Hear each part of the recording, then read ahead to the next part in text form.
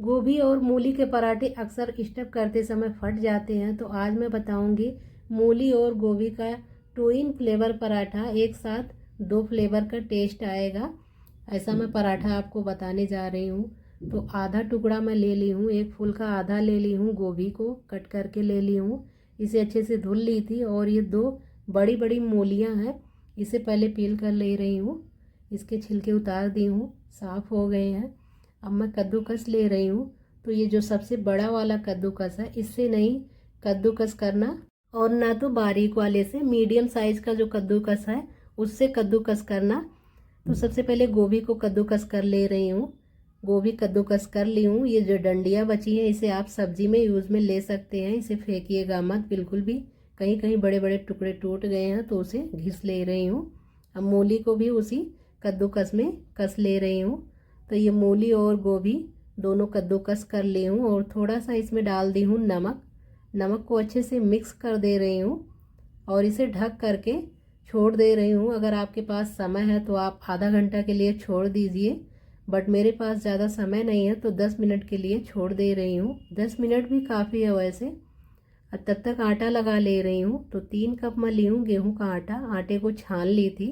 Add कर रही हूँ 2 टेबलस्पून बेसन। बेसन से बहुत अच्छा टेस्ट आता है पराठे में, तो इसलिए 2 टेबलस्पून बेसन डाल दी हूँ। थोड़ा सा नमक डाल दे रही हूँ और अजवाइन डाल रही हूँ थोड़ा सा, हाफ टी स्पून जितना। इसे हाथों से क्रश करते हुए अच्छे से डालना है, इसमें खुशबू बहुत अच्छी आती है और डाइजेशन के लिए अच्छा रहता है। 1 टेबलस्पून जितना घी डाल दी हूँ, पिघला ली थी घी, और इसे अच्छे से मिक्स कर ली हूँ। बस सिंपल सा आटे का डो लगाना, आटे में वैसे ज़्यादा कुछ मिलाना नहीं है। तो ये आटे का डो लगा ली हूँ मैं। सॉफ्ट आटे का डो लगाना, हार्ड बिल्कुल भी नहीं। पराठे के लिए आटा सॉफ्ट ही लगाना चाहिए। अब इसे ढक दे रही हूँ।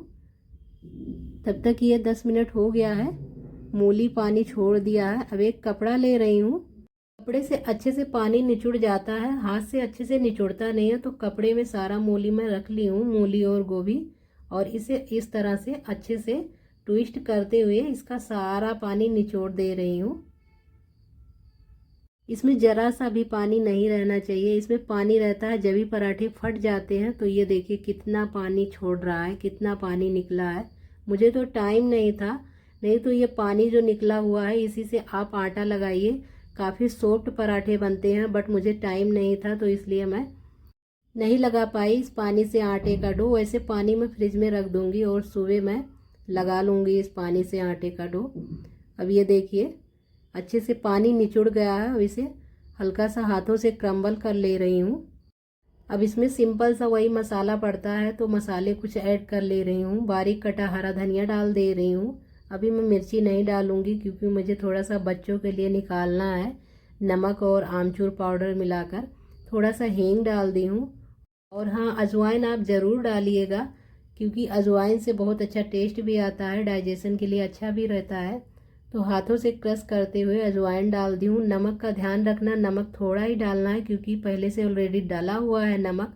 आमचूर पाउडर डाल दी हूँ थोड़ा सा, हाफ टी स्पून जितना धनिया पाउडर, हाफ टी स्पून से कम ही गरम मसाला डाल दी हूँ। इन सब मसाले को अच्छे से मिक्स कर ले रही हूँ। अभी मैं स्पाइसी मसाला नहीं डाली हूँ क्योंकि मुझे ये मसाला मिलाकर बच्चों के लिए थोड़ा सा निकालना है, बच्चे तीखा नहीं खा पाते। तो अब इसके बाद मैं निकाल दी हूँ। अब डाल रही हूँ हरी मिर्ची, 2 बारीक बारीक कट कर ली थी। तीखा आप अपने अनुसार डाल सकते हैं। थोड़ा सा लाल मिर्ची पाउडर डाल दी हूँ, थोड़ा सा हल्दी डाल दी हूँ कलर के लिए। वैसे हल्दी ऑप्शनल है, थोड़ा सा डालने पर कलर आ जाता है, अच्छा लगता है। इधर आटा भी सेट हो गया है, 10 मिनट हो गया है। अब थोड़ा सा सूखा आटा ले रही हूँ और थोड़ी सी लोई ले रही हूँ, इसका पेड़ा बनाऊंगी और सिंपल सी रोटी बेलकर तैयार करूंगी। जिस तरह से रोटी बनती है सिंपल वही रोटी बेलनी है। मैं चकले पे बेल रही हूँ, आप चाहो तो डायरेक्ट स्लैब पर भी बेल सकते हो। मैं चकले पे ही रोटी बनाती हूँ। तो सिंपल सी रोटी इसकी बेल ली हूँ मैं।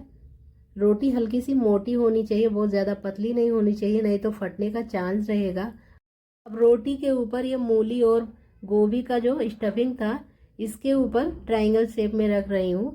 इसे ट्रायंगल शेप में ही रखना है क्योंकि ट्रायंगल शेप में ही पराठे में फोल्ड करूँगी।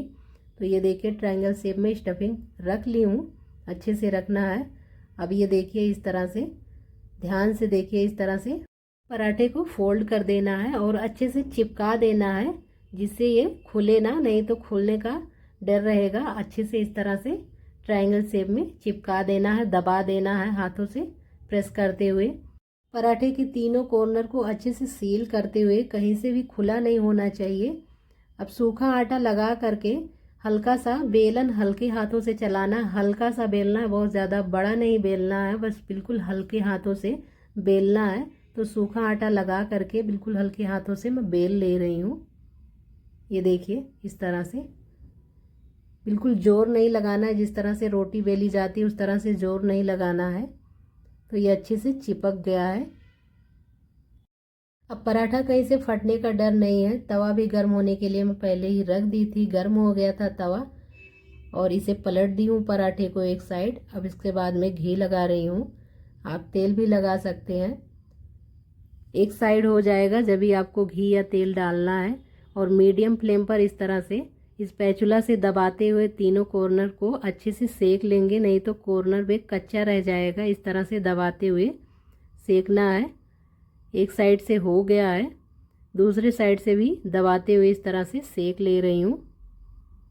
पराठे अगर बिना दबाए हुए सेक रहे हैं तो कॉर्नर से कच्चा रह जाता है, इसलिए स्पैचुला से दबा दबा कर अच्छे से सेका जाता है। तो ये देखिए, अच्छे से सीख गया है दूसरे साइड भी। अब इसे एक प्लेट में निकाल ले रही हूँ। इसी तरह से सेम पराठा मैं बना ले रही हूँ दूसरा भी, जिस तरह से पहले स्टफ करके बनाई थी। सेम प्रोसेस, ट्रायंगल शेप में स्टफ रखूँगी और इस तरह से अच्छे से इवन कर देंगे। मैं मूली और गोभी को मिक्स करके बनाई हूँ, आप केवल गोभी या केवल मूली का भी बना सकते हैं। और इस तरह से सेम प्रोसेस से पैक कर देंगे इस तरह से पराठे को। ये देखिए, हाथों से प्रेस करते हुए अच्छे से सील कर देंगे। इस ट्रिक से कोई भी पहली बार में ही पराठा परफेक्ट बना सकता है, क्योंकि इस ट्रिक से पराठे बनाएंगे तो कहीं से भी नहीं फटेंगे, और स्टफिंग भी चारों कोने में अच्छे से फैल जाती है। हल्का सा जब बेलन आप चलाते हो तो स्टफिंग अच्छे से फैल जाती है।